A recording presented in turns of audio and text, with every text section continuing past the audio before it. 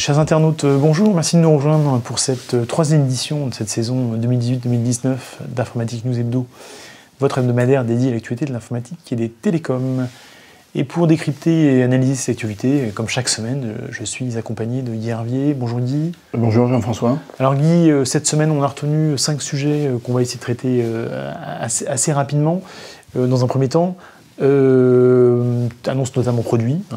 Je pense à Cisco qui annonce un concurrent aux produits d'NVIDIA et autres, enfin en partenariat avec NVIDIA, aux produits dédiés à l'intelligence artificielle, mais je vous laisse en parler. Exactement, donc c'est la dénomination, c'est UCS C480, donc je pense que ça parlera à tout le monde. Voilà. Comme vous l'avez dit, c'est un serveur qui est dédié à l'intelligence artificielle, donc calcul intensif lié à l'intelligence artificielle, qui est constitué, et ça c'est de plus en plus fréquent, avec des processeurs Xeon d'Intel, donc multicœur, ce qui se fait de mieux, et couplé avec des GPU NVIDIA, le tout relié avec une interconnexion très rapide, et on voit ça de plus en plus. On a eu des annonces chez HPE, chez Pure Storage, chez Dell, chez Lenovo, donc c'est une tendance de fond, et donc il était normal que Cisco arrive sur ce marché, bon, sachant qu'on se souvient que Cisco est sur le marché des serveurs depuis un certain temps, et bon an mal an est dans le top 5, top 6. Alors, le traitement de l'intelligence artificielle, ça nécessite évidemment beaucoup de données, et je fais la transition facilement, parce que Seagate annonce de nouveaux disques durs avec des capacités, j'allais dire, démentielles, entre guillemets. Je ne sais pas où ça va s'arrêter. Démentielles, effectivement, on a un peu de mal à se rendre compte de ce que ça représente. Donc là, c'est des disques durs de 14 Tera. Les précédents étaient à 12, donc c'est une augmentation significative, qui montre d'ailleurs que les disques magnétiques sont encore là et vont rester là encore un certain temps. Les SSD montent en puissance, coûtent de moins en moins cher, mais les magnétiques résistent bien.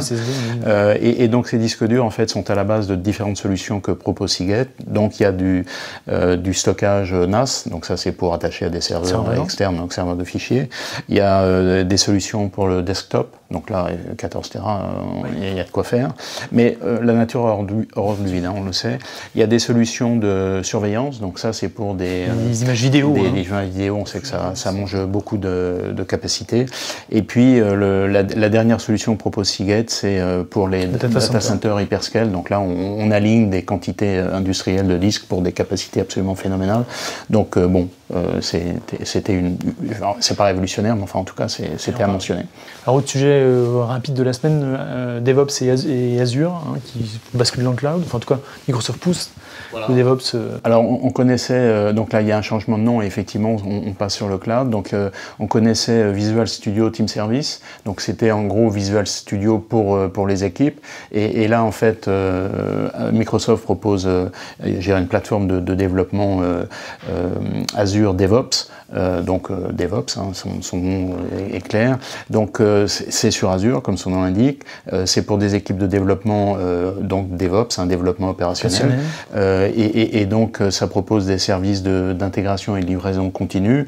Ça propose des tests et également des tableaux Kanban pour la gestion de projet. Donc bon, c'est une évolution, je dirais, relativement naturelle pour le développement de projets informatiques. Alors, autre sujet, là, pour le coup, ça n'a pas grand-chose à voir. Cybersécurité, un nouveau rapport qui, finalement, pour une fois, nous incite un peu à l'optimisme, si j'ai bien compris. Alors, effectivement, c'est Accenture qui a publié un rapport qui dénote un peu avec tous les rapports alarmistes, plus ou moins alarmistes, catastrophiques, dont on parle chaque semaine. Et là, qui dit, en gros, il y a 2 chiffres à retenir, c'est que en 2017, les attaques ont doublé, mais les entreprises ont renforcé significativement leur capacité à contrer à les identifier, à contrer ces attaques, dans une proportion qui est importante, puisqu'on était à 70% et on arrive à 87% des cas. Donc ça veut dire que c'est quand même important. Il en reste 13% et évidemment Accenture dit il faut continuer à investir dans la sécurité. Donc je pense que tout va bien pour Accenture. Voilà. Très bien. Windows 10, j'allais dire, bouge encore. Ça c'est l'autre nouvelle de la semaine avec une preview qui m'annonce de nouvelles fonctionnalités. Oui. Alors une nouvelle release en fait dont on ne connaît pas encore le contour et le contenu précis, mais il y aura une fonctionnalité qui avait déjà été annoncée qui s'appelle Storage Sense, qui va remplacer à terme Desktop Cleaner. Donc Desktop Cleaner, comme son nom l'indique, c'est pour nettoyer le disque dur.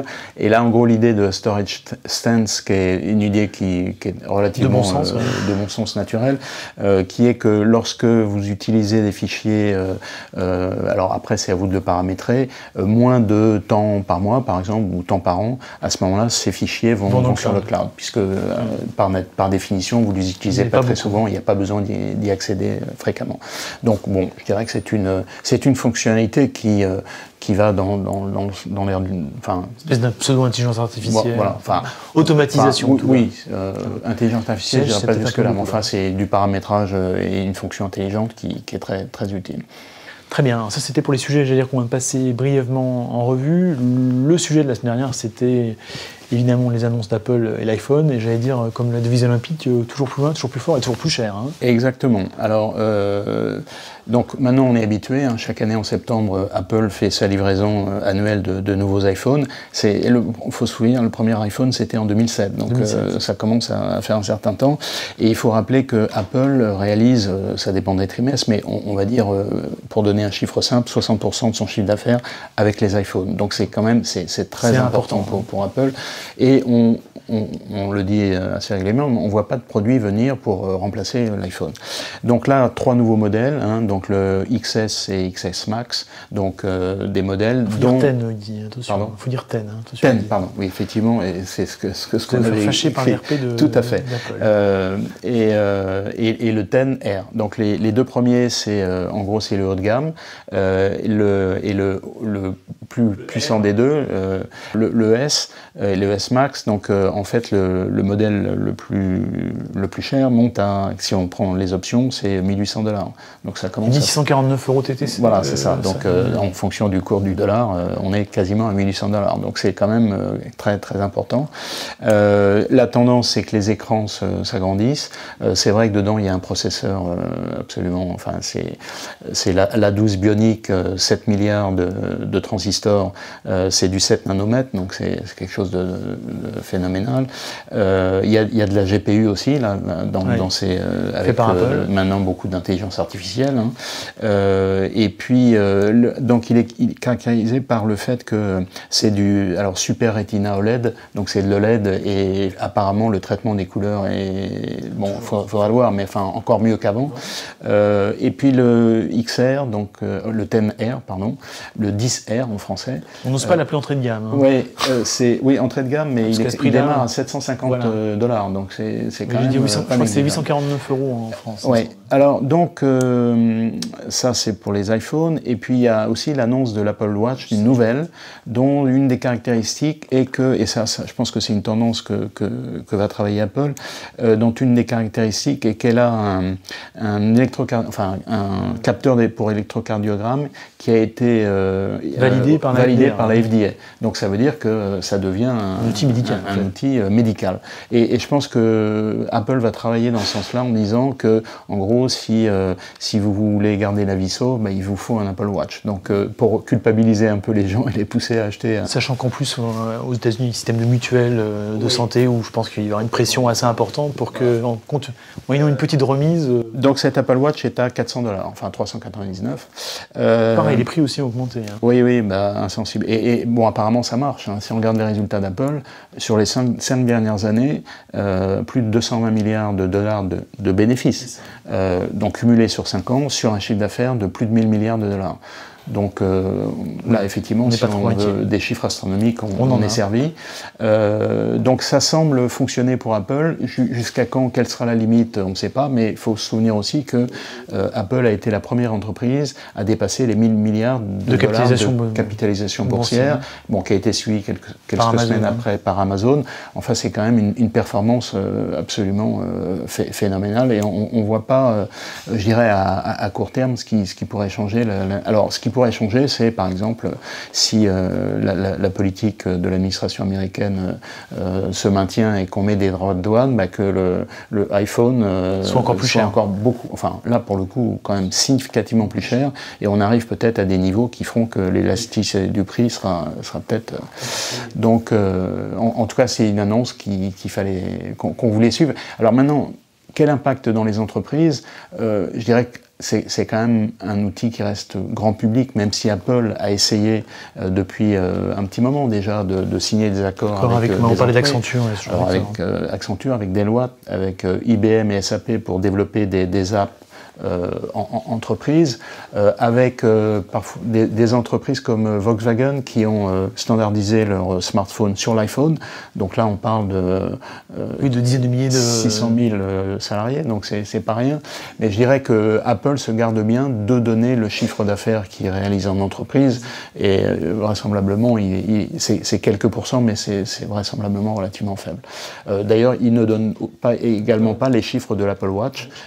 Qui sont une espèce de fourre-tout. Voilà, un fourre-tout qui représente moins de 7%. Donc la seule chose dont on a la certitude, c'est que le chiffre d'affaires de l'Apple Watch est moins de 7%. C'est tout.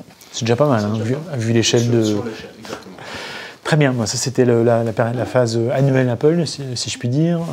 Pour la semaine à venir, quelques salons, les salons solutions. Alors il y a la semaine, en fait c'est la semaine prochaine, hein, mais pour que les gens se préparent, on en parle dès maintenant. Effectivement le salon solutions, donc en gros je dirais que c'est toutes les applications d'entreprise, ERP, CRM, RH, dématérialisation, facturation, enfin tout y quanti. Et donc ça c'est à la porte de Versailles la semaine prochaine, du 24 au 28 septembre. Donc je dirais que c'est le rendez-vous annuel des applications d'entreprise. Très bien. Et puis pour conclure, un traditionnel coup de cœur, coup de gueule, ça c'était le plan annoncé par Mounir Majoubi, notre ministre, secrétaire d'État au numérique, sur un plan pour aider les Français à transiter vers le numérique. Voilà. Ce verbe horrible. En gros, c'est la réduction de la fracture numérique, si on veut le dire comme ça. Donc c'est un budget de 65 millions d'euros qui est censé réduire, qui est censé aider les 13 millions de Français qui ont des difficultés à aller vers le numérique. Si on fait le calcul, 8 euros, c'est ça. Oui, c'est ça. On est entre 6 et 8 euros par Français. Donc on se demande un peu ce qu'on va faire avec ça. Alors je peux me permettre à titre personnel de faire la comparaison entre vous avez vu qu'il y a eu un changement de ministre des Sports, et donc la nouvelle ministre arrive et on lui demande de couper son budget de 30 millions d'euros. On a les Jeux Olympiques en 2024, suppression de 1600 postes, des cadres techniques du ministère. Donc quand on met les deux en balance, il n'y a aucun rapport entre les deux, mais le rapport c'est, je dirais, en termes de budget, d'enveloppe. Donc c'était juste quelque chose que je voulais mentionner à titre personnel. Très bien.